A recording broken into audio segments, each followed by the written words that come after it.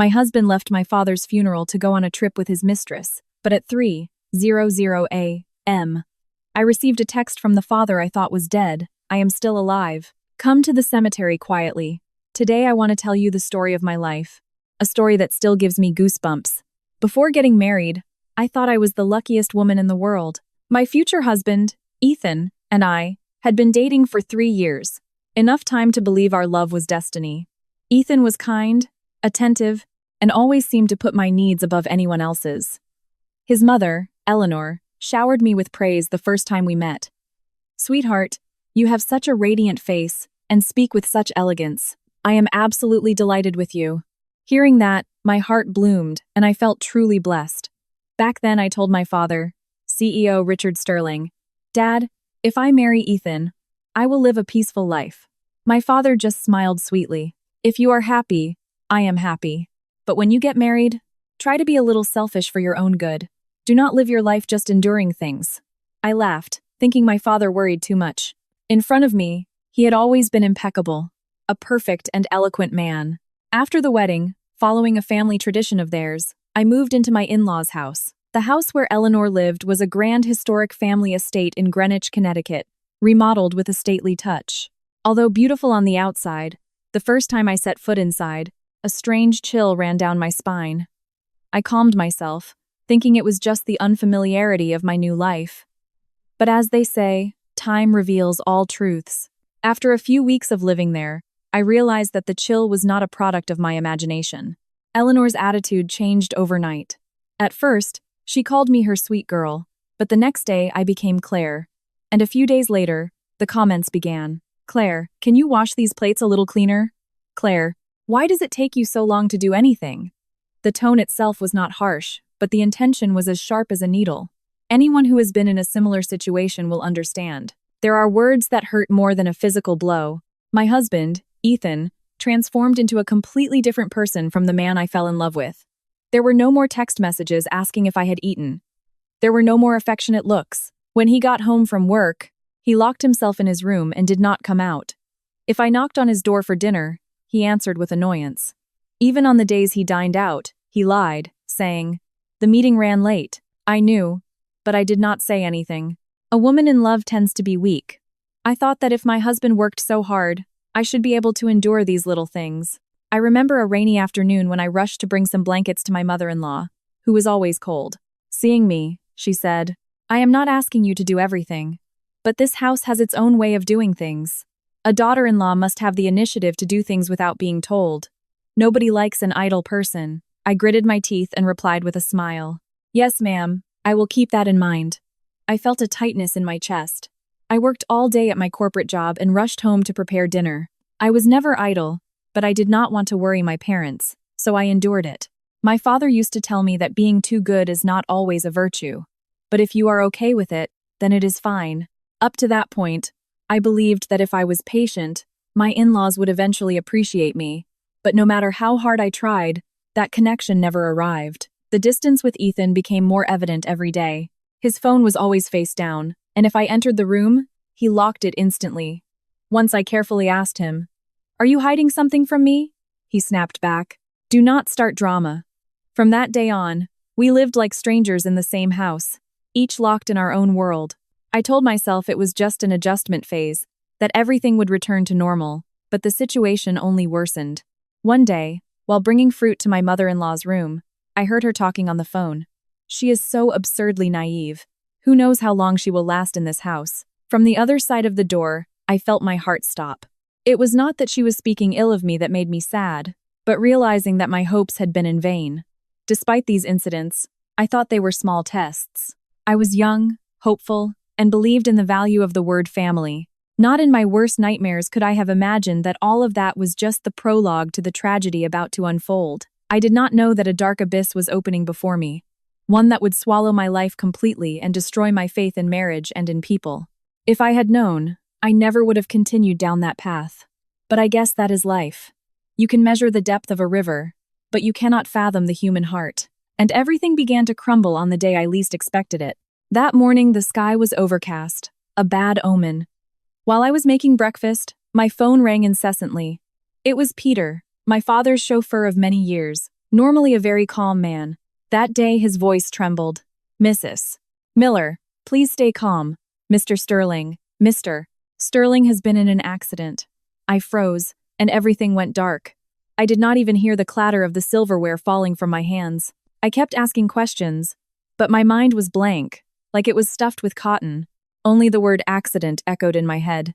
Ethan came out of his room, frowning at the commotion. I told him between sobs, "Honey, my dad has had an accident." Without a word of comfort, he replied coldly, "Oh, well, we will drop by later." My mother-in-law looked at me as if I had interrupted her breakfast and said, "A grown woman should not cry like that. Calm down, your father is getting up there in years." It was probably his own carelessness. Her words stabbed me like daggers, but I was so shocked that I could not react. I ran out and took a taxi to my parents' estate. When I arrived, people were already coming and going with somber faces. Peter ran to support me. According to the police, the CEO's town car went off a curve on a mountain pass in the Berkshires. The driver was unconscious, and as for Mr. Sterling, they could not find him in one piece. I collapsed to the ground. In that instant, I felt a pain so sharp it was as if someone were squeezing my heart. It was true what they say. Losing a father is like watching the pillar of your home crumble. I felt the world tilt beneath my feet. That afternoon, Reverend Michael, an Episcopalian priest very close to our family, appeared dressed in his dark clerical vestments and murmured prayers. He said he had heard the news at the parish, that he had arrived early at the scene of the accident, and that he had recovered the ashes so the soul of the deceased could rest in peace.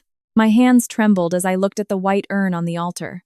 I never imagined I would be confronted with my father's remains in such an abrupt and absurd manner. The wake was filled with employees from my father's company, partners, and acquaintances.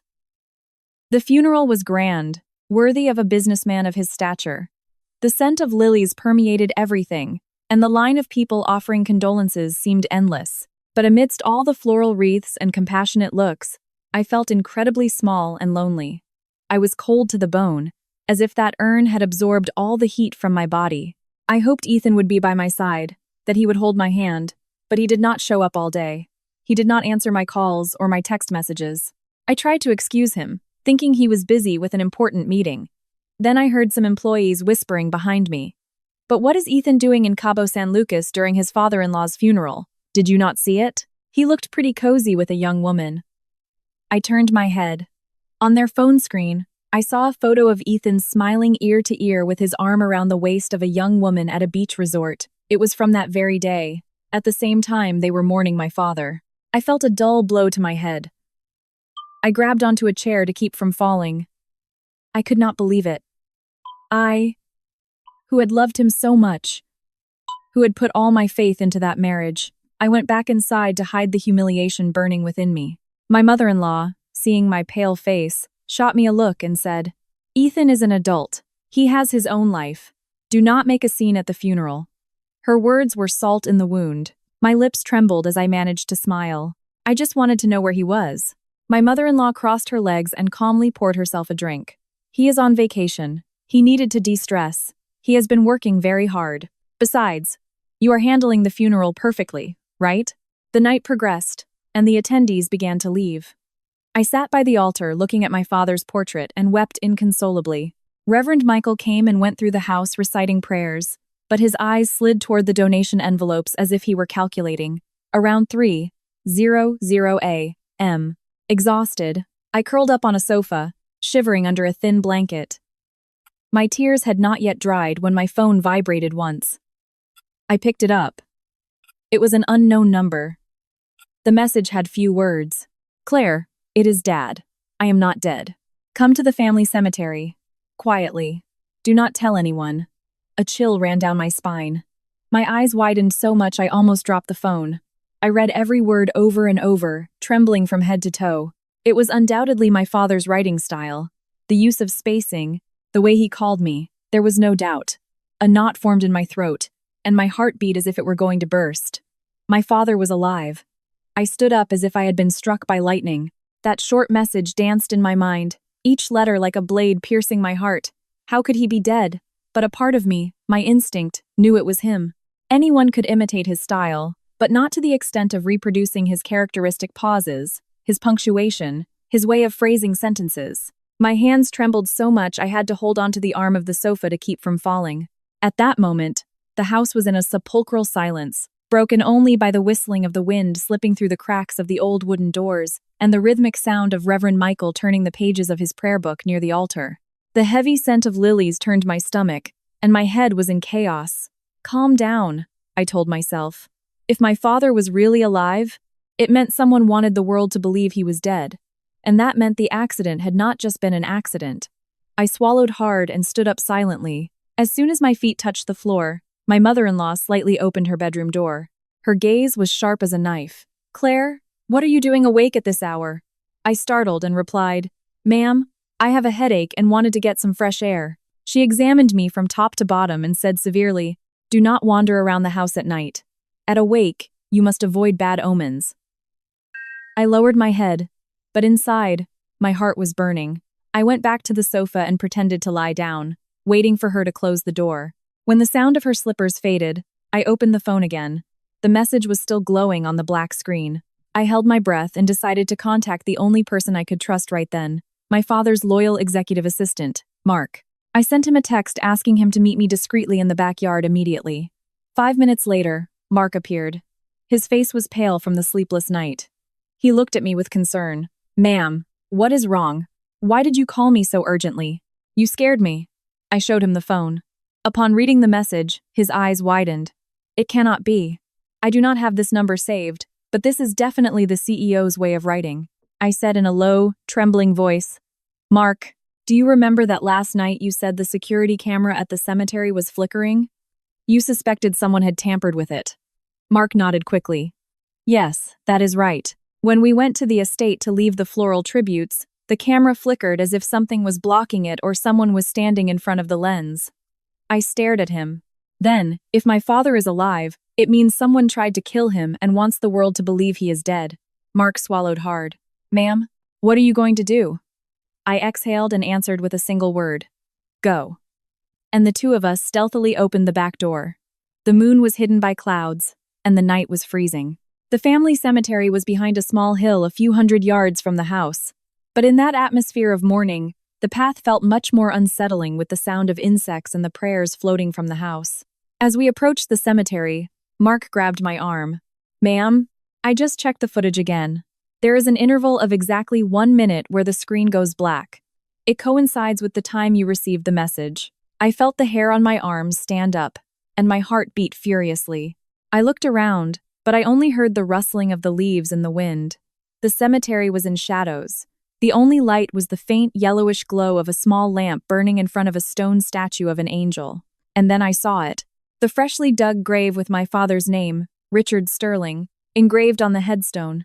My whole body trembled, and I felt a tightness in my chest. I approached and placed my hand on the still damp earth. If my father was alive, what was in that urn? And who had claimed it was him? Before I could organize my thoughts, I heard a rustling in the bushes behind me. I turned around, and Mark turned on his flashlight. From where the light pointed, a stumbling figure emerged. His clothes were torn, and his face was covered in bruises and wounds.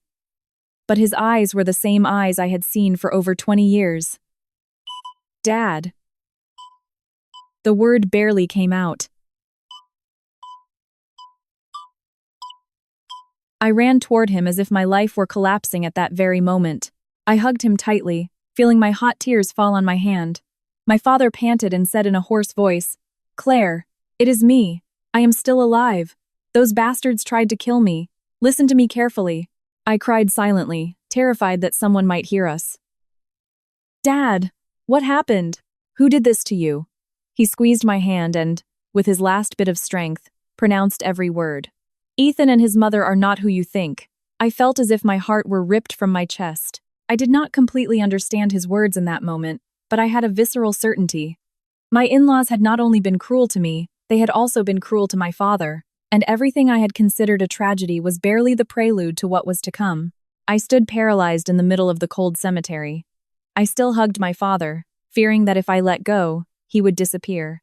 Mark quickly took off his coat and put it over him. My father leaned against a tree, breathing heavily. His body was covered in scratches and bruises, with dried blood on some wounds. Seeing him so weak broke my soul. "Dad, who did this to you? Tell me," I begged with a broken voice. He closed his eyes, struggling to inhale the cold air. His voice was a whisper, but every word etched itself into my heart. "It was not an accident, sweetheart. It was a trap. They tried to kill me." The night wind blew through the bushes, and the rustling of the leaves sounded like someone sobbing. Mark leaned in, concerned. "Mr. Sterling, who was it? Please tell us in detail so we can take you to a safe place." My father opened his eyes and looked at us for a long moment before pronouncing, one by one, words that weighed like stones. "Ethan and his mother, and Mr. Vance, and Reverend Michael tried to harm me." I felt my head was going to explode. I denied it vehemently. "No, that cannot be.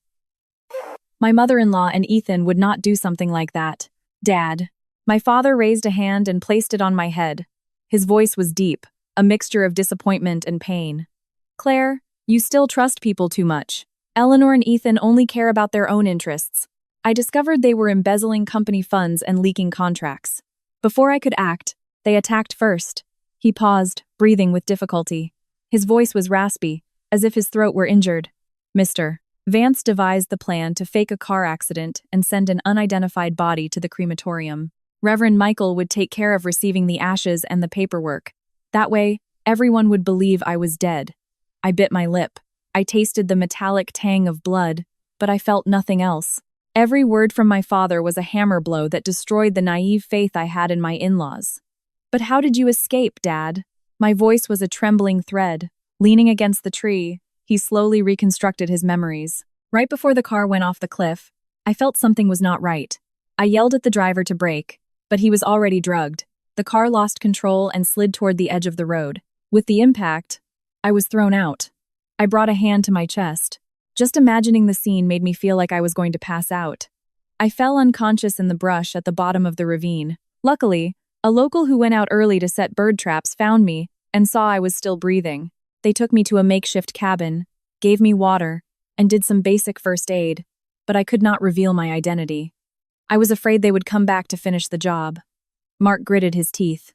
"Mr. Sterling, then they are much more evil than we thought. Where have you been hiding all this time?" My father looked around and whispered as if he feared someone would hear him.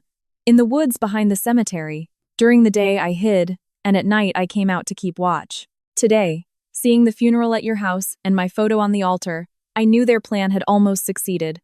I broke down crying. "Dad, why did you not let me know sooner? I really thought you were dead." He took my hand and said with a choked voice, "I could not. You were in their house. I was afraid they would hurt you first." In his touch, I felt the bitterness of a father betrayed to the very end.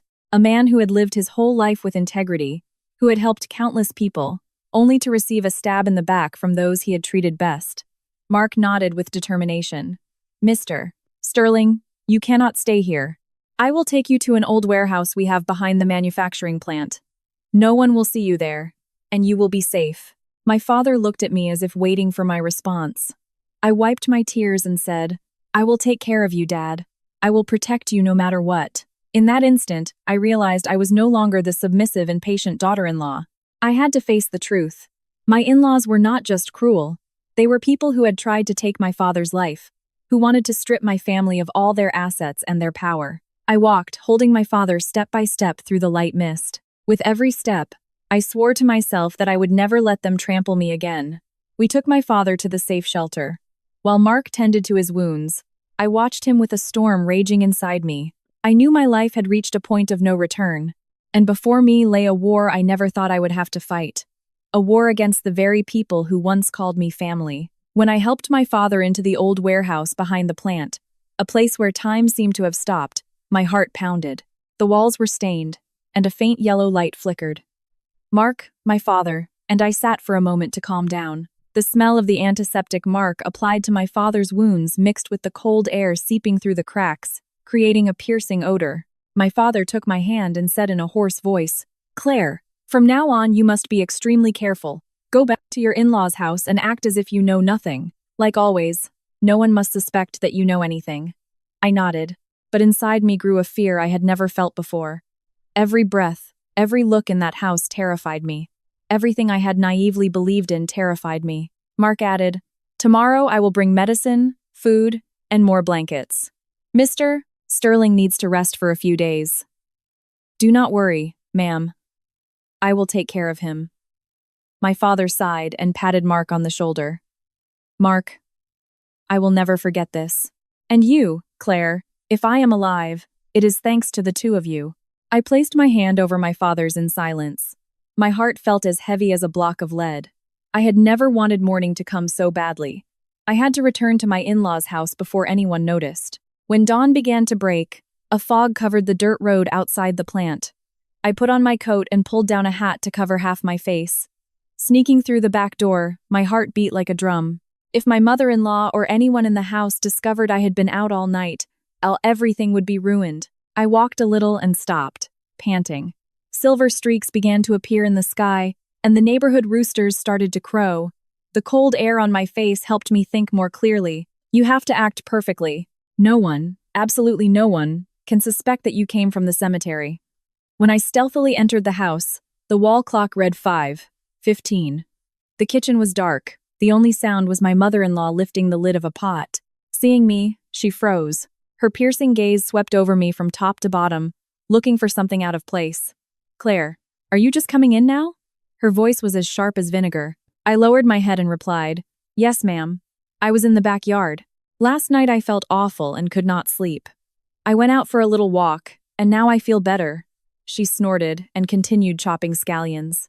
"We are in mourning. If a neighbor sees you wandering alone at night, they will talk." I bowed my head. "I am sorry. Ma'am, I am really sorry." I felt a pain in my chest. What had I done wrong? I had lost my father. I had cried until my eyes were swollen. I had spent a sleepless night, and yet I still had to bow my head to stay in that house in silence. At that moment, Ethan came downstairs. He was wearing a t-shirt and shorts, as relaxed as someone who had slept soundly. Seeing me, he frowned slightly. "What is that look? Have you not looked in the mirror?" I gritted my teeth so I would not cry in front of him. "I did not sleep well last night." He yawned. "Yesterday I was with a business partner and drank too much. I do not think I can go to your dad's house today. You go and make excuses for me." I forced myself not to look at him. If I did, the rage would make me collapse. A business partner. The woman he was with at a resort in Cabo was a business partner. But I had to pretend I knew nothing. Absolutely nothing. "Okay," I replied. My voice trembled as I said those few words. My mother-in-law intervened immediately. "Ethan has a lot of work. There are plenty of people at your parents' house. They will manage. Do not burden your husband." At any other time, I would have choked on my own words. But that morning, in my heart, instead of sadness, there was a feeling of betrayal that chilled me to the bone. Even so, I repressed my emotions. I had to make them believe I was weak, naive, and knew nothing. "Yes, ma'am, I understand." Eleanor did not know that at that instant, a silent war had begun in my mind, the very war they had pushed me into.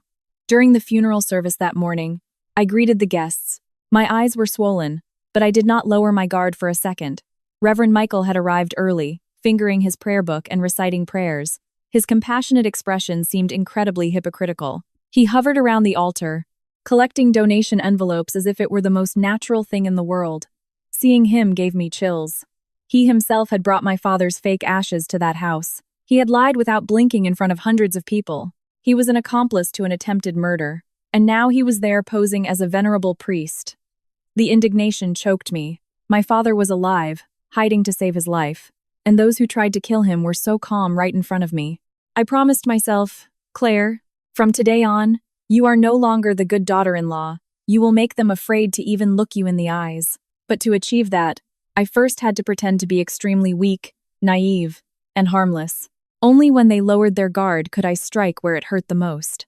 This war was silent, but fiercer than any other, and I had just taken my first step. The services for my father's funeral continued late into the night. The flow of visitors coming to pay their respects was constant. However, the people who should have been by my side in my moment of greatest pain were absent.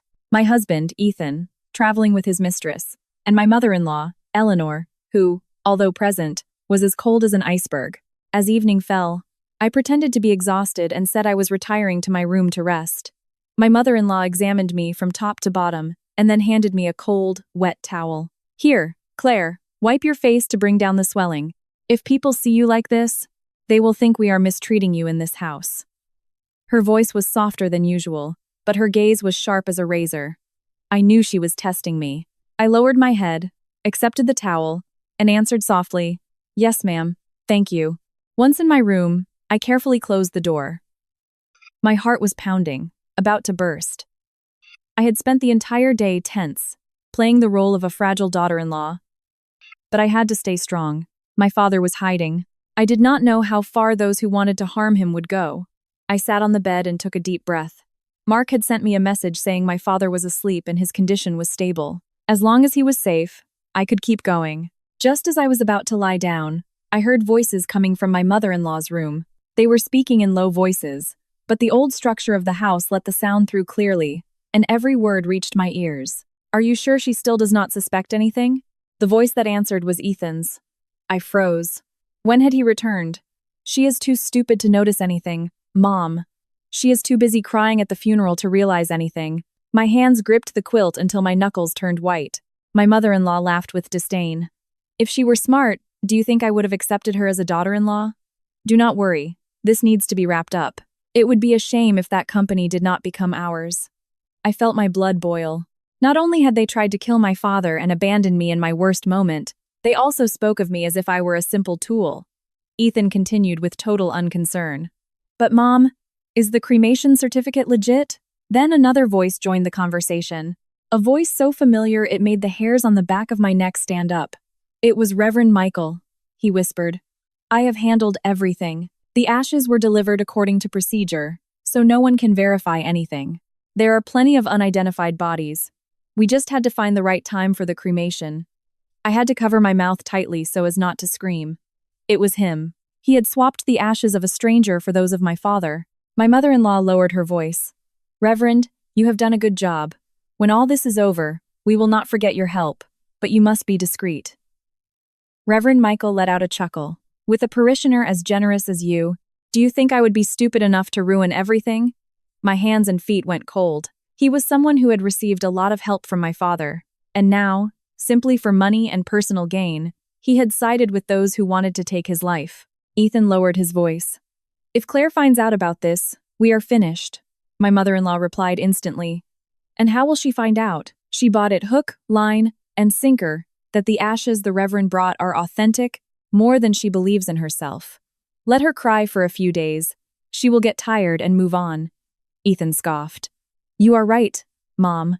If I am a little nicer to her, she will believe me blindly." I bit my lips until they bled.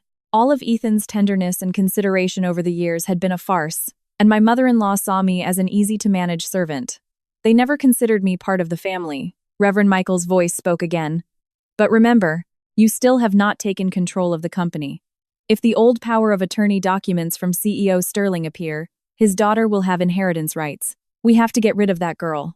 My heart stopped. "Get rid of me?" My mother-in-law let out a dry laugh. "Do not worry, Reverend. I can break this daughter-in-law whenever I want. And if she does not obey, well, there are other ways." I could not listen anymore. My ears felt plugged, as if an invisible hand were squeezing my heart. I sat up abruptly and backed away as if fleeing from a wild beast. In the darkness, I covered my mouth to muffle the sobs that wanted to escape. They were planning to keep everything. They treated other people's lives as if they were worthless. I thought of my father and shuddered. If I had not gone to the cemetery the night before, if my father had not sent me that message, right now he would be considered ashes, and I would undoubtedly be the next target. I heard footsteps in my mother-in-law's room. I ran back to the bed and pulled the blanket over my head. My heart was beating so fast I could hear it pounding in my chest. My bedroom door opened slightly, and a shadow peeked in for a few seconds before closing it. I do not know with what eyes they looked at me, but one thing was clear. They considered me an obstacle, and obstacles had to be eliminated. At that very instant, I knew my life was going to change completely. I could no longer be good. I could no longer endure. A single moment of weakness could cause me to lose everything. Silently, I clenched my fists and made an oath. "Claire, from now on, you have to live differently. Not just to save your father, but to save yourself. The next morning, I woke up with swollen eyes. My head was heavy from the sleepless night. After hearing the confession they thought was secret, a ray of sunlight slipped through the crack of the wooden window, making dust motes dance like a glowing mist. I got up and took a deep breath, trying to regain my composure. You have to act. You have to play the role of the naive, fragile daughter-in-law who knows nothing. Only then will they lower their guard. When I went down to the kitchen, my mother-in-law was already sitting there. Her hair was pulled back in an impeccable bun, and her face was serene, as if the terrible conversation from the night before had never happened. Seeing me, she managed a smile. You look a little better today, Claire. I lowered my head and answered softly. Yes, I am better, ma'am. As I was about to leave, she stopped me. There is a lot to do today, too, so go and greet the guests. If a woman spends the day crying, people will mock her and call her weak. I bit my lip almost until it bled, but still answered with a sweet voice. Yes, I understand, ma'am. I remembered an old saying, softness overcomes hardness. To defeat the wicked, sometimes you must be soft, or at least pretend to be, so they get overconfident. At lunchtime, I began to monitor every glance. When there was a quiet moment with the visitors, I slipped into the courtyard. The midday sun filtered through the white smoke. Everyone coming in and out looked at me with pity. Poor girl, what bad luck. Newlywed and already in mourning. But no one knew my pain was much greater. While trying to maintain an expression of exhaustion, I fought not to reveal the tension coursing through my veins. I watched my mother-in-law making calls with a calculating expression, Ethan looking at his phone more than the guests, and Reverend Michael appearing out of nowhere just to take a look at the donation box. I memorized every one of their gestures, their furtive glances, their casual comments. Everything was a clue. Suddenly, I realized something. My mother-in-law, Ethan, and Reverend Michael were too calm for a fatal accident, for such a solemn funeral, and above all, for the death of the man who paid their salaries. That calm was proof that everything was a farce. In the afternoon, I went to the company in my role as the grieving daughter. I wanted to keep something as a keepsake. My mother-in-law looked at me with the suspicion of someone who had been in business for decades, thinking about papers at a time like this. Take care of the funeral as you should and stop this nonsense. Claire. I lowered my head and said with a choked voice, Yes, it is just that I want to keep something else from my dad, ma'am. She looked at me for a long time and then sighed. Fine, but come back soon. As I turned, I saw her expression relax. She thought I was still naive. When I arrived at the company, everyone was surprised to see me. They bowed their heads in greeting, their eyes full of compassion. I just nodded slightly, trying to maintain the sad expression my role demanded. But in reality, I had gone with another purpose. I went straight to my father's office. Opening the door, the familiar smell of wood hit me, and my heart ached. The chair where he sat was in its place, and the papers were as tidy as if he had been working there the day before. Silently, I promised, Dad, I will bring the truth back to this place. Mark entered behind me and closed the door. In a low voice, he said, Ma'am, I brought a USB flash drive. Maybe we can recover some deleted files. I nodded. The two of us began to review the data on my father's computer. Many files had been deleted, but luckily not all. Mark exclaimed quietly, Ma'am, look at this. These are the leaked contracts. This signature is Ethan's. My hands shook. He opened another file. Mark examined it and said, These are the records of transfers to Reverend Michael's parish. The amounts are more than 5 times a normal donation. My blood ran cold. Mark whispered with a trembling voice, Ma'am, this is irrefutable proof. I took a deep breath. Save everything. Do not leave anything behind. I looked around the office. For years, my father had protected the company from this very place. Now it was my turn to finish the job on his behalf. The trip back to my in-laws' house was like entering the lion's den. After a long day, I returned. Walking in, I saw Ethan watching television with his feet on a table. He looked at me as if he owned the place. And where have you been all day? You did not even help my mother greet the guests. I swallowed my rage. I am sorry. I went to the company to get some of my dad's papers. My mother-in-law came out of her room hearing my words and raised an eyebrow. What papers? What for? Take care of the funeral and leave this nonsense alone, Claire. I lowered my head. Yes, it is just that I miss Dad so much. Saying it, I forced my eyes to fill with tears. I saw my mother-in-law's gaze soften a bit. She must have thought it is easy to intimidate good-hearted people. But I was different. I was acting. And they were swallowing it, hook, line, and sinker. That night, lying in bed, I could clearly hear my own heartbeats. Heavy, fast, but stronger than ever. From the moment I left the cemetery the night before, I knew I had entered a war with no return. And the daughter-in-law of that house, the good woman they had always despised, that same woman would be the one to make them pay for their sins. On a gray morning, the wind blew coldly. I stood in front of the mirror, fixing my messy hair, striving to look like a daughter devastated by the loss of her father. But deep in my eyes was a coldness and a steely determination that no one could perceive. That day was the day I had to go to the company, right when my husband's family would hold a secret meeting to seize power. I knew perfectly well that if I lowered my guard for a single instant, they would consider me a nuisance and get rid of me, just as they had discussed the night before. I dressed in a simple black suit and, following morning customs, covered my head with a veil. Going out to the living room, my mother-in-law examined me and said, "Claire, there will be a lot of people at the company today, so behave. We are in mourning. Be careful not to cause gossip." I nodded softly. "Yes, ma'am, I understand." Inside, I thought, if protocol keeps me alive, I will endure a little longer. At the company, the atmosphere of conspiracy was as thick as fog. As soon as I entered the lobby, several gazes fixed on me. Employees loyal to my father approached. "Mrs. Miller, are you okay? We are so sorry about your father." I nodded slightly, but I did not break down. Although I had a knot in my throat, "Thank you for your concern. My father would not want to see me weak either." I went straight to the boardroom.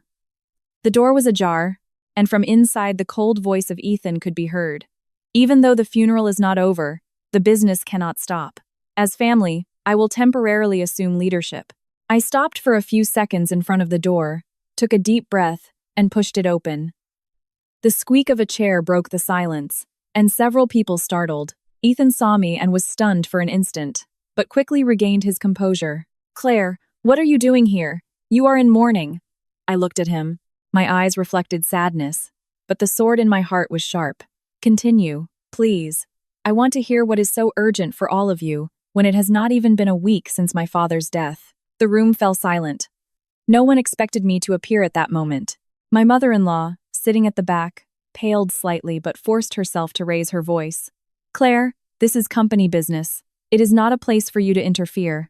I walked slowly toward the long table and rested my hands on its cold surface. My voice was low, but every word could be heard clearly. "Yes, ma'am. But my father left a will, and until it is made public, no one can unilaterally assume command, right?" Several executives looked at each other. They knew I was right. Ethan gritted his teeth. "Claire, do not make a scene." I managed a faint smile. It was the first time I had smiled after days of incessant crying. "I am not making a scene. I am just reminding you of the law. Besides, there are too many suspicious points regarding my father's accident." At that moment, the phone in my pocket vibrated. It was a message from Mark. "The police are in the lobby. They say they received an anonymous tip." I did not know who had done it, but it was clearly the twist I needed. I looked up and said in a soft voice, "Oh, it seems the police have arrived. I do not know if it is because of some financial matter within the company or if it has to do with the priest who brought us my father's ashes." The face of Reverend Michael, sitting at the back, turned as white as paper. He adjusted his sleeve nervously, and sweat seeped into the folds of his clothes. The room instantly filled with an asphyxiating tension. Ethan jumped to his feet. "What are you implying, Claire?" I looked him in the eye and said, slowly but firmly, "I am not implying anything. As everyone knows, the accident happened at night on a mountain pass. How is it possible that in less than a day the ashes appeared and the cremation certificate was perfectly ready?" My mother-in-law gripped the edge of the table, her lips trembling. "Watch your words, Claire." I paused and continued. "Yes, I also hope that everything is cleared up transparently. If there have been anomalous fund transfers within the company related to the church, or leaked contracts." Before I finished, Reverend Michael stood up abruptly and said nervously, "I have an urgent matter. I have to go." No one said anything, but everyone knew. He who has something to hide gives himself away. Ethan approached quickly and grabbed my wrist tightly. "Do not ruin my plans." I looked at him with empty eyes. "Ruin? I am just helping everyone see things more clearly." At that instant, an employee opened the door and poked their head in. Excuse me. The police are asking for some people to come down. At that moment, I clearly saw the panic in my in-laws' eyes, and I knew I had won the first battle of this war. After the tense meeting at the company, the atmosphere in my in-laws' house was like a calm lake before a storm. On the surface, tranquility reigned, but underneath, the currents were turbulent. I could clearly feel that they had started to suspect me. They had realized that I was no longer the naive and fragile daughter-in-law from before. That night, while I was organizing my clothes for the morning in the bedroom, Ethan entered and slammed the door, making me startle. "Claire, what the hell did you do today at the company?" His voice was a low growl. I looked up and put on my most innocent expression. "I just asked about things that worried me. My father is dead." Ethan cut me off with a dark look. "Enough nonsense. This is too big for you to meddle in." At that instant, I realized there was no love left in his eyes, only threat, annoyance, and fear. He was afraid I knew too much. Calmly, I said, "I just want justice for my father." Ethan's face deformed. I did not know if it was from rage or concern. He stepped closer and, with a low voice, sharp as a knife, said, "Claire, do not force me to do something I will regret." His warning chilled my blood. I looked at the floor so he would not see I was trembling. "Okay." Ethan turned and left, slamming the door so hard the room echoed with his fury. That night, when I went down to the kitchen for water, I heard my mother-in-law's voice in the living room. I hid behind a column with my heart about to jump out of my chest. There were 3 people in the room: my mother-in-law, Ethan, and Mr. Vance, the business partner my father had suspected. Mr. Vance's voice was raspy. "That Claire is becoming a problem. She has discovered too much, too fast." My mother-in-law sighed. "I thought she was docile, but I never imagined she would be so persistent. After how she challenged us today at the company, it is clear she is dangerous." Ethan growled. "Mom, she has something like a USB flash drive. I am sure she copied my dad's computer." My heart skipped a beat. They knew. They knew I had what terrified them. Mr. Vance scoffed. "There is no other option anymore. Keeping that girl alive is a risk for us." I felt my legs give way. My mother-in-law asked calmly, "What do you mean, Mr. Vance?" Vance answered firmly, "We have to get rid of her." I had to cover my mouth so as not to scream. The daughter-in-law they once called charming had become a thorn that had to be plucked out. Ethan did not object. He uttered a sentence that froze my heart. "I will handle it, as long as you are not implicated." "Mom." My mother-in-law nodded thoughtfully. "But it has to be clean. No one can suspect." Mr. Vance's voice sounded again. "I have someone reliable, a guy who specializes in these jobs and leaves no trace." I recognized the name of a hired hitman, the preacher, that had been mentioned in the news. If they brought him in, I would have no chance. Near midnight, I heard the front door open slightly. I peeked through the curtain and looked down. Mr. Vance was getting into his car while my mother-in-law and Ethan saw him off. I heard Ethan ask quietly, "So, everything will be settled by tomorrow night?" Mr. Vance nodded. "Yes. Tell the girl to take an offering to the church. The preacher will intercept her on the way." My legs weakened, and I had to lean against the wall to keep from falling. Their plan was to get me out alone, kidnap me, and eliminate me. I was shaking so much I felt nauseous, but I gritted my teeth. "Do not break down. You have to survive to save your father and to expose these people." As soon as I got back to my room, I received a message from Mark. "Ma'am, Mr. Sterling says the camera angle near the warehouse has moved since this afternoon. Someone left a mark. Be careful." I was not only in danger, they were also watching my father. I replied quickly. "Watch my dad closely. If anything happens, let me know immediately." I turned off the phone. I felt exhausted, but my mind was more determined than ever. I was no longer the daughter-in-law who only knew how to endure. If I wanted to live, I had to be smarter, faster, and maybe a little more ruthless than them. I repeated to myself, "To defeat the enemy outside, first you must conquer the enemy inside." I could not sleep that night. The whole house seemed silent, but it was filled with the smell of conspiracy, crime, and monstrous betrayal. And I knew it. Tomorrow they would act, and that would be the greatest test of my life. The next afternoon, the sky was leaden, threatening rain, and the wind howled with a mournful whistle through the trees lining the alley. An unusual cold for early winter made me shiver. But what chilled me most was the plan my in-laws had hatched the night before. To get me out of the house to hand me over to someone named the preacher, a man reputed for doing dirty work. I knew perfectly well they would act today, but I also knew I had to face it. If I did not fall into their trap, they would find another way, maybe worse. Around 7:00 p.m., while I was cleaning the kitchen, Ethan came down, sighed with an expression of feigned regret, and said, "Claire, could you go to Reverend Michael's church tonight and leave an offering for your father? I have an urgent meeting." Hearing him, my heart leaped. It was exactly what Mr. Vance had ordered the night before. I looked up, forcing a naive expression. Why? Why do I have to go alone? It is already dark. Ethan frowned impatiently. You are a grown woman. I already told you I have work. If you do not want to help, then do not help. My mother-in-law, who was in the living room, intervened. Her voice was as calm as a pond. Claire, it will only take a moment. The church is nearby. A good wife should take care of the household affairs. I looked at them as if they were strangers, but still lowered my head and answered softly, Yes, I will go. As I walked out the door, I saw a faint smile on my mother-in-law's lips. A smile so subtle, yet as cold as ice. I knew that in her eyes, I was someone who would not return that night. I walked to the corner of the alley. As soon as I was out of their sight, I took out my phone and sent a quick text to Mark. They have started moving. Activate my tracker and keep my dad safe. If I do not answer the phone, call the police immediately. Before I could put the phone away, a small van pulled up beside me. Without giving me time to react, a black cloth was thrown over my head, and someone grabbed me from behind. They roughly pushed me into the vehicle, and the door slammed shut. Stale air, the smell of sweat and gasoline. I tried to scream, but they covered my mouth. A gruff man's voice said, Stay still. If you scream again, I will end you. The preacher. It was his voice, the same one I had heard about in the news. The van sped down an empty road. I was tossed from side to side as if they were going to break my bones. But amidst the chaos, I clearly heard what the man in the passenger seat said. Mr. Vance said it has to be a clean job tonight. That brat cannot open her mouth again. I bit my lips until they bled, my heart racing. Everything was darkness, as if hundreds of invisible hands were dragging me into an abyss. About 30 minutes later, the van stopped. They dragged me out.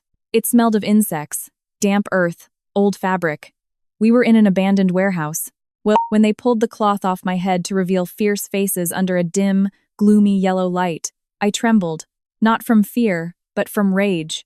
Rage that they dared to treat my life as if it were a rag. The preacher pushed me against a wooden chair. Smart girl, you know too much. I did not answer. I looked him straight in the eye without blinking. He scoffed. Very brave.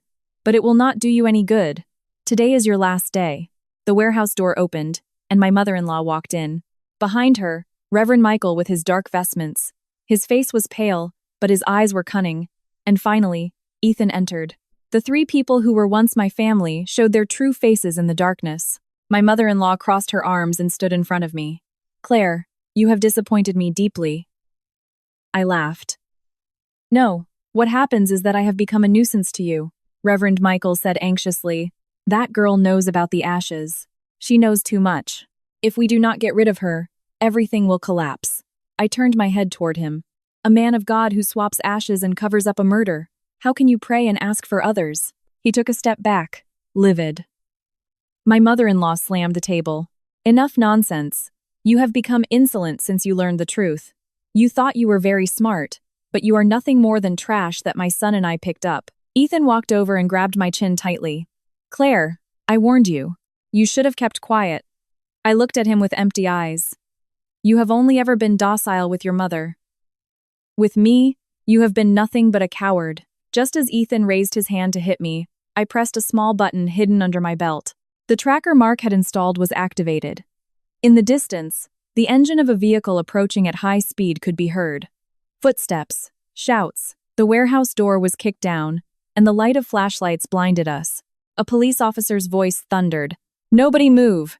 You are under arrest for kidnapping. The preacher jumped, but he was on the ground before he could flee. Reverend Michael put his hands on his head, screaming, I just helped!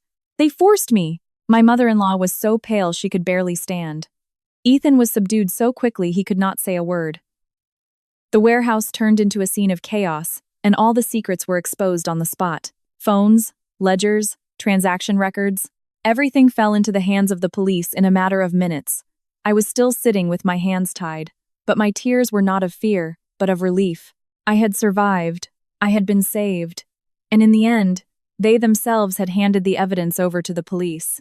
I closed my eyes and whispered, "Dad, I did it." I remained motionless on the rotten wooden chair. The rope tying my wrists dug into my skin, staining it with blood. But when the warehouse door was kicked down, the beams of flashlights swept through the darkness, and the sound of police boots burst into the place. I felt as if I were being ripped from the darkest abyss of my life. The death I thought was imminent vanished like a shattered nightmare. The preacher was slammed against the concrete floor in a second. He yelled, "I did not do anything, nothing." But the police gave him no chance to say more. Two burly officers immobilized him, twisting his arms behind his back.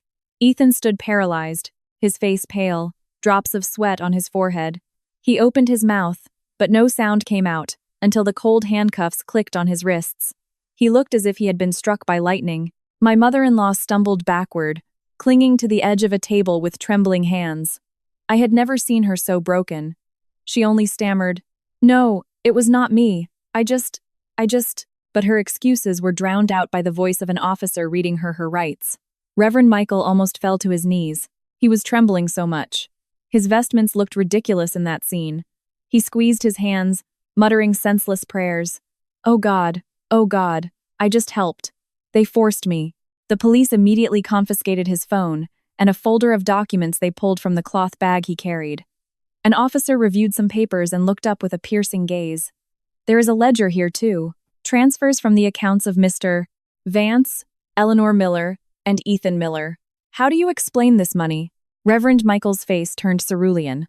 He collapsed on the warehouse floor, his hands shaking uncontrollably. I only receive donations," an officer said coldly. "There are donations of hundreds of thousands of dollars at one time. And what about the fake ashes? Everything is noted in this book." Hearing that, a shiver ran through me. He had written it all down. Every time he received money, every time he did dirty work, heaven was watching him. An officer approached and carefully untied the ropes from my wrists. "Ma'am, are you hurt?" I shook my head, though my legs were still trembling. From outside, Mark came running in. His face was pale with worry. "Ma'am, are you okay? Did they hurt you?" Seeing Mark's reddened eyes, I felt my heart soften right when I had been on the brink of death. He was the only person I trusted, I gasped. Thanks to you, I am here." Mark bit his lip and clenched his fists. "We also have to thank Peter. He saw a suspicious man lurking near where Mr. Sterling is hiding and warned me immediately. I got a bad feeling and activated your tracker. And luckily, the police were nearby. Hearing that, I felt as if I had been born again. An officer escorted me out of the warehouse. The night wind hit my face coldly, but it helped clear my mind. I turned around. The three people who once called me family were handcuffed with their heads bowed. One was crying, another trembling with fear, another was in panic. But none of their faces inspired pity in me. It was the price they had to pay. They took me to the precinct to take my statement. I told them everything from the moment I received the message from my father to the strange meeting at the company, up to the kidnapping plan that night. When I finished, the officer sitting across from me nodded. "Mrs. Miller, your testimony matches the evidence we just seized. And prepare yourself, because this is not a simple kidnapping case, but a possible organized murder conspiracy." I bit my lip. I knew I had seen in their eyes the cruelty of those who have no turning back. When I walked out of the interrogation room, Peter was waiting for me in the hallway. That middle-aged man who had worked with my father for over 20 years had tears in his eyes when he saw me. "Ma'am, I am sorry. I could not protect you." I shook my head and took his hand. "You saved me, Peter. I will never forget it." In the courtyard of the police station, a strong wind was blowing. I looked up at the dark sky. I had never felt so strong. My body was exhausted, and my legs still trembled. But I thought of my father, the pain he had suffered, and the moment he would step into the light to reveal the whole truth. That night I had survived, but tomorrow would be the day justice would begin to take our side. A brutal but hopeful new chapter awaited me. The next morning, Mark and I went to police headquarters to give a more detailed statement. Walking in, I saw a person sitting with his back to me. His graying hair and familiar build made my heart leap. When that person stood up and turned around, I saw it was my father. With a knot in my throat, I could barely say, "Dad?" My father smiled, but his eyes were red. He opened his arms, and I hugged him like a little girl, reuniting with her father after a long time. His clothes still smelled of antiseptic and the dirt from his days on the run. All of that hurt and saddened me. He patted my back and said, "Sweetheart, I am fine." "You did amazing, Claire." I looked up at his gaunt face. In his eyes, there was no longer the bitterness of the previous days, but the determination and strength of a man who was going to reclaim his honor. He put a hand on my shoulder and said, "Today I will tell them everything." I nodded. Beside us, Mark, also emotional, greeted my father with a trembling voice. My father smiled back at him as if he were his own son. They took us to an interrogation room. On the table, inside sealed bags, were the phones and documents of Reverend Michael, my mother-in-law, and Ethan. The atmosphere was heavy but solemn. An inspector said, "Mr. Richard Sterling, we have reviewed Mrs. Miller's statement and all the evidence. To complete the file, we ask you to tell us everything from the beginning." My father took a deep breath and began to speak. "About a week before the accident, I noticed something strange in some contracts. Large sums of money had been withdrawn without justification. I started investigating in secret. My heart sank." My father continued. "I discovered forged signatures on 2 important contracts. The signature was Ethan's." The room fell silent for a few seconds. I felt my heart drop, but I swallowed my tears. It was time to hear the truth, not to falter. My father went on. "I called Ethan to speak with him alone. At first he denied it, but then I saw the fear in his eyes. Before I could act, he ran to tell his mother. Eleanor immediately met with Mr. Vance. And that is where the conspiracy began." The inspector asked, "Are you sure they conspired to harm you?" My father nodded. "Yes. I accidentally overheard one of their calls. Mr. Vance said he would lay the groundwork, and Eleanor said it had to be done cleanly. They also mentioned Reverend Michael. They needed a convincing accident and someone trustworthy to deliver the ashes." I squeezed my hands until my knuckles turned white. They had planned it all step by step to cover up their crime. My father recounted it slowly, as if reliving the horror of his days on the run. My car had been tampered with, and the driver drugged. I noticed something was wrong and yelled at him to stop, but he was already unconscious. When the car fell, I was thrown out the door. It was Providence. I lowered my head, and a tear fell on the back of my hand. My father continued. "Some locals from the woods rescued me, but I knew they would return to check the area, so I could not reveal my identity. I hid in the woods for 3 days and learned they had brought an urn and declared my death. At that moment, I knew I had to be more alert than ever." An inspector asked, "Who informed you so you could contact your daughter?" My father looked at me and smiled slightly. "Thanks to the news of the funeral, I heard a group of people talking about the time and that Claire would be at the wake all night. I found an old phone in the cabin and sent a message to my daughter." I squeezed his hand tightly. It had been just a few lines, but it had saved my life. The inspector pulled out a folder. "Mr. Sterling, on Reverend Michael's phone we have all the evidence of the transfers. There is also an audio recording where he accepts the job of getting fake ashes. And in Eleanor Miller's bag, we found a copy of an asset seizure contract." My father let out a sigh of relief, but tinged with pain. "Then, they can no longer deny it." I looked at those documents and shuddered. The people who once smiled at me, who ate at the same table as me, who called me daughter-in-law, had tried to murder my father and get rid of me. The inspector concluded, "We will file charges for multiple crimes. You and Mrs. Miller will receive protection for now. This case involves high-profile individuals, a fraudulent priest, and financial documents, so it will likely attract a lot of media attention." My father nodded, and I felt a weight lift from my chest. My father was alive, and I had survived, but massive waves were coming. Leaving headquarters, my father put a hand on my shoulder. "Sweetheart, I am sorry for making you go through something so hard." I shook my head and hugged him. "Dad, if it were not for you, I would be a true orphan." My father smiled with a look as warm as the sun breaking through the clouds. "From now on, no one will ever trample us again." Outside, the wind blew hard, making the leaves on the trees rustle. I saw a corner of the sky clear up, and I felt a peace I had not felt in a long time. It was like seeing the first ray of sunshine after a long storm. The war was entering a new phase, one where my father, whom everyone thought was dead, would face them with his head held high, and I would be by his side, being his shield as he had been for me my whole life. My father returned to the company on a cloudy morning, but the air was exceptionally clear, as if even the sky knew it was an important day. When the patrol car dropped him off at the main entrance, dozens of employees were already waiting outside. They were left speechless seeing him appear alive. Whispers filled the lobby. The CEO is alive. Really? Then the cremation was a lie. My God, who could be so cruel? I stepped out first and helped him out. All eyes were on us, joy mixed with disbelief. No one could believe that the man whose urn they had taken home was standing there, thinner than before, but just as imposing. My father greeted the crowd with a slight wave of his hand. His voice was deep and serene. Thank you to everyone who has worried about me these past few days. Today I have returned to set things right. The lobby fell silent. The grand boardroom was already prepared at the request of the police. When we entered, I saw my mother-in-law, Ethan, and Reverend Michael sitting to one side under custody. Their faces were livid. Those who were once arrogant and treated me as if I were worthless now hung their heads as if awaiting their end. Ethan looked up when he saw my father, his eyes widening, and then lowered it again like a cornered animal. My mother-in-law was trembling so much she could barely stand, and Reverend Michael, with a vacant stare, was just muttering senseless prayers. I sat next to my father. I felt much stronger, but in a corner of my heart, the pain of betrayal was still an open wound. When the official meeting began, a police inspector stood up. Today we are here to reveal the truth about CEO Richard Sterling's accident and the falsification of his ashes, and to present the evidence related to the asset seizure, the leaking of contracts, and the organized murder conspiracy. The atmosphere was tense as a drawn bow, and every word seemed to bounce off the ceiling.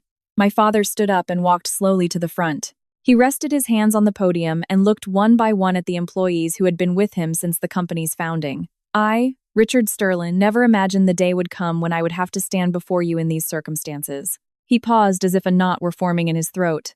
I saw his eyes mist over.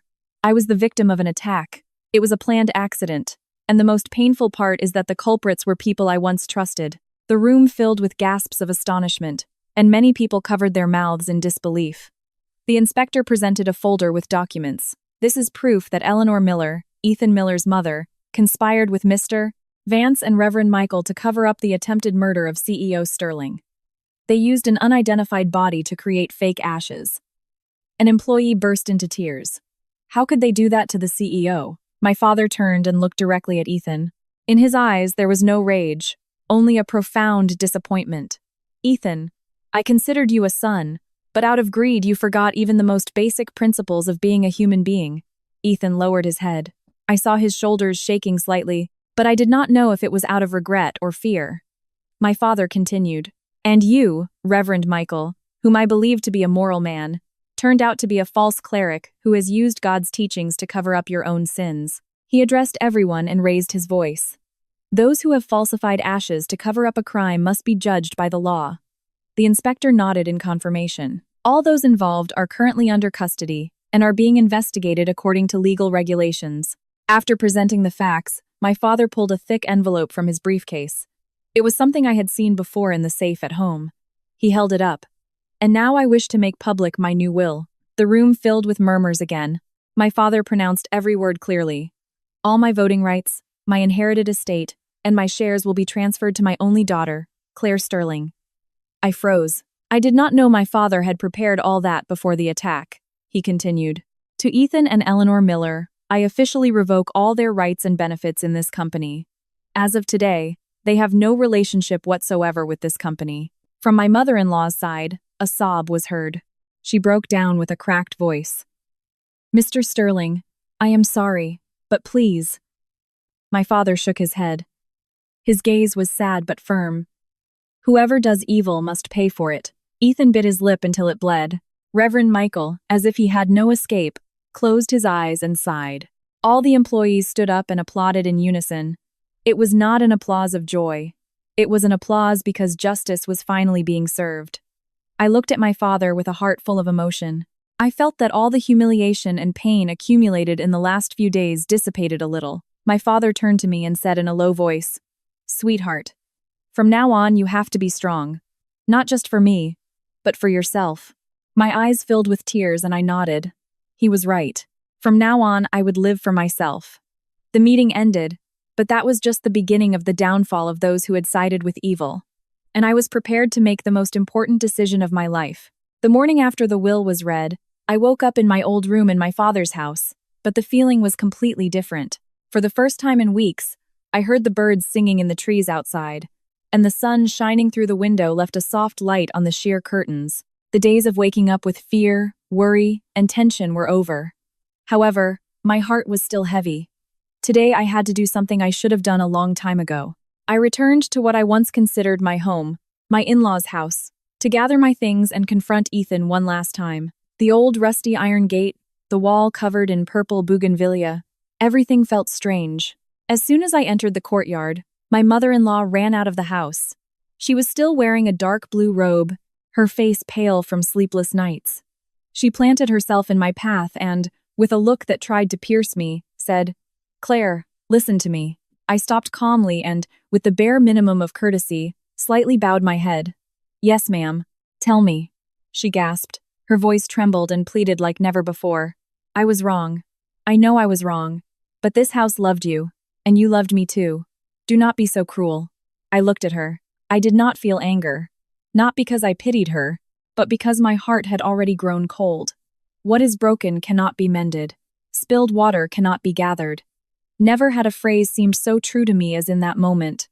I replied in a soft voice, "Ma'am, I do not want to blame anyone, but if I stay silent after what you did to my father and me, I would be failing myself." She burst into tears and grabbed my hand. "Give me a chance to make it up to you, Claire. I do not want to lose you." I gently withdrew my hand. "I have not lost anything, and neither have you. We are simply no longer family." At that moment, Ethan came out of the living room. He wore a wrinkled and untidy white shirt, as if he had not slept in several nights. His eyes were bloodshot, and he walked with an unsteady step. Seeing me, he said with a trembling voice, "Claire, please, let us talk." I stood still. It was the moment I had to hear to close this chapter. Ethan approached and stopped a few steps away. His shoulders were slumped, like someone who had lost all their strength. "I am sorry. I am truly sorry. I got carried away. I was afraid of my mother. I was afraid of Mr. Vance." I managed a smile. It was the most cowardly apology I had ever heard. "Ethan, you were afraid of others, but you were never afraid of losing me. I was your wife, the person by your side." I swallowed hard over the knot in my throat. "But when my father died, you were at a resort holding hands with another woman. When I was collapsing from grief, you were trying to kill my father to keep his assets." Ethan broke down crying. It was the choked sob of a man who has lost everything. "Claire, I was blind. I was really wrong. Give me a chance to make it up to you." I shook my head. I was not angry or resentful. There was simply nothing left to protect. "Ethan, during this entire marriage, I was not a real wife for a single day. I always lived in fear of being judged, of being ignored, of bothering your mother, and you never, not even once, were my refuge." I opened my purse and took out the papers I had prepared that morning. "These are the divorce papers. I have already signed them. They just need your signature." Ethan took a step back. His look was pure panic. "No, do not do this. I can change. I promise I will love you. I will leave my mother. I closed my eyes for a few seconds and opened them again. My voice was so calm it even surprised me. "Ethan, you can wake someone who is asleep, but not someone who is pretending to sleep. The love that united us, you buried it yourself." My mother-in-law collapsed to the ground, crying, "Claire, I beg you. I truly regret it." I bent down and helped her up. My voice was very soft, but every word was clear. "Ma'am, do you regret it because you care about me, or because you are afraid of going to prison?"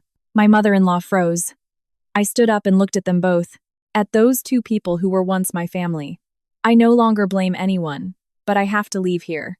I have chosen to live my own life." Without giving them time to say anything else, I went into the bedroom and gathered the few clothes I had left. My in-laws had not let me bring things from outside, so I had almost no belongings there. When I came out, Ethan was still in the courtyard watching me in silence. I stopped for a moment, but then walked past him as if walking through a door closed forever. When the gate shut behind me, I heard my mother-in-law fall and Ethan call my name, but it was all left behind, like the echo of a nightmare. I walked down the long path leading to my father's house, dragging my suitcase. Every step was lighter, freer, as if the stone that had oppressed my life for years had finally been lifted. I told myself, Claire, you made the right decision. I had put an end to that hellish marriage, but I still had one last thing to do. End their crimes once and for all. That path was still waiting for me. After officially leaving my in-laws' house, I returned to my father's side. The house he had built in his youth felt strangely warm. The soft aroma of lotus flower tea, the sound of Peter sweeping the patio, Mark's footsteps coming in and out to take care of my dad. Everything made me feel that this was my place, but I knew perfectly well it was not over. The culprits still had to face justice, and my father would personally ensure everything was cleared up. A few days later, the police called for an official confrontation. I went with my dad and Mark. The sky was covered with dark, swirling clouds, as if foreshadowing a long and difficult investigation. Entering the room, I saw Ethan sitting next to his lawyer with a pale face. My mother-in-law was gaunt, her hair disheveled. Reverend Michael was no longer wearing his clerical vestments, but a prison uniform, an image that made me think bitterly of karma. No one looked at me, and no one dared to look my father in the eye. My father walked to his chair and sat down with the firm posture of someone who had long been preparing for this moment. The inspector opened a file and said with a clear voice, "The confrontation between Mr. Richard Sterling and the accused begins." The room fell into a dead silence, where even the turning of pages could be heard clearly. The inspector read, "According to the statement of the accused, Ethan Miller, I only followed my mother's orders. My mother told me that if my father-in-law had all the power, I would have no future. Do you acknowledge this statement?" Ethan lowered his head and answered in a whisper, "Yes." My father looked at him. His gaze was serene, but incisive. "Ethan, I loved you like a son. If you had wanted to leave the company, I would have gladly let you go. But you and your mother chose the path of killing me to steal what was not yours." Ethan did not dare look up, remaining silent, his hands trembling on the table. The inspector turned to my mother-in-law. "According to the evidence gathered, you actively contacted Mr. Vance to plan the accident. What do you have to say about this?" My mother-in-law burst into tears, but she no longer had her old arrogance. "I only did it for my son, Mr. Sterling. You always looked down on my son and me. I just wanted to give my son a place. I did not know it would end like this." My father replied instantly. His voice sounded more sad than angry. "Eleanor, I never looked down on you. That was your perception. I simply did not give power to someone who did not have the capability to exercise it. That was my responsibility." My mother-in-law was stunned, a simple truth that she had twisted with resentment for years. The inspector continued. "Reverend Michael, you received money from Eleanor Miller and Mr. Vance to create fake ashes. Do you admit it?" Reverend Michael trembled, wringing his hands. "I admit it," the inspector went on. "And you received an additional payment for advising the family to accelerate the funeral, to eliminate any trace." He lowered his head. "Yes, I was a fool. The money blinded me." Hearing that, I shuddered. Sometimes greed is more dangerous than a knife. My father sat up straight. His voice resonated clearly. "I expect the law to judge the guilty accordingly. There must be no leniency because I was the victim, nor must their crimes be covered up because they were once my family." I looked at my father and suddenly burst into tears.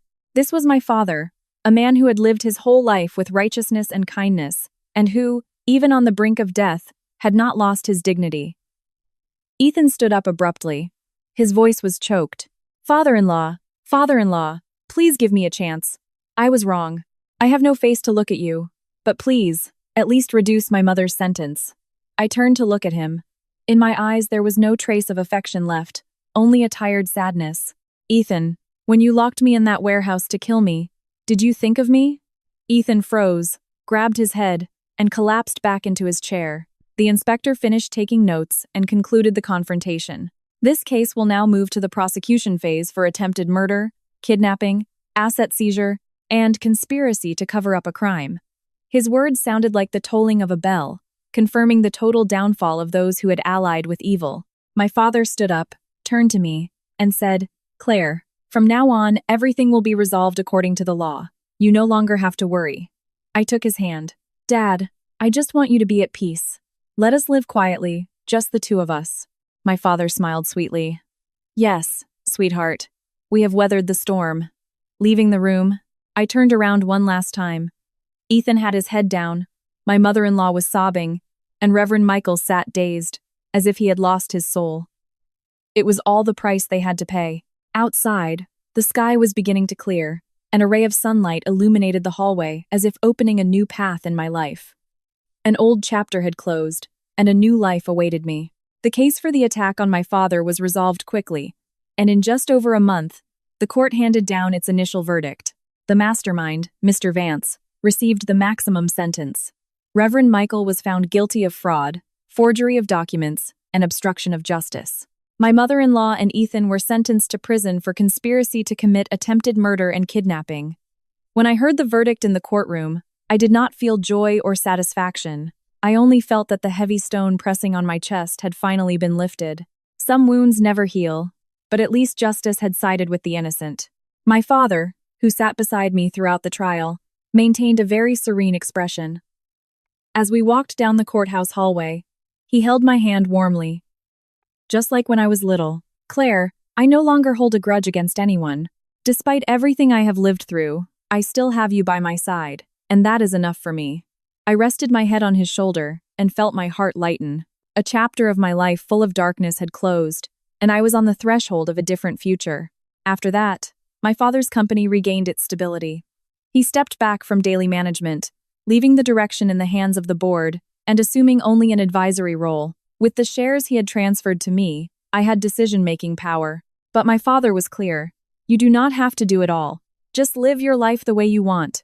With joy and in peace. I accepted. After everything that had happened, I learned that, no matter how hard life is, if you keep a clean heart, if you know how to love others and yourself, no one can extinguish your inner light. One sunny afternoon, for the first time after so many incidents, I cooked dinner for my father. The kitchen filled with the aroma of pot roast, roasted vegetables, and fresh herbs picked from the garden in the backyard. My father ate slowly, looking at me from time to time with a tender smile. They might not have loved you as a daughter-in-law, but as my daughter, I will give you all the love you missed. I laughed, but tears escaped me, not of sadness, but of gratitude. That night, standing on the porch, I looked at the starry sky and thought about everything that had happened. The marriage full of wounds, the fight against the wicked, and the journey to find myself again. And now I was where I should have been from the beginning. A woman who knows her worth, who knows her limits, and what truly matters. Tomorrow I would start again. Maybe I would open a small shop or learn something I had always liked but never dared to try. I did not want a grandiose life. I just wanted a life that was truly at peace. Outside, the wind blew through the trees, making a rustling sound like a blessing from heaven. I closed my eyes and, without addressing anyone in particular, perhaps only myself, whispered, "Claire, from now on, be truly happy." The chapter of an era had closed, and that of a new life had just begun.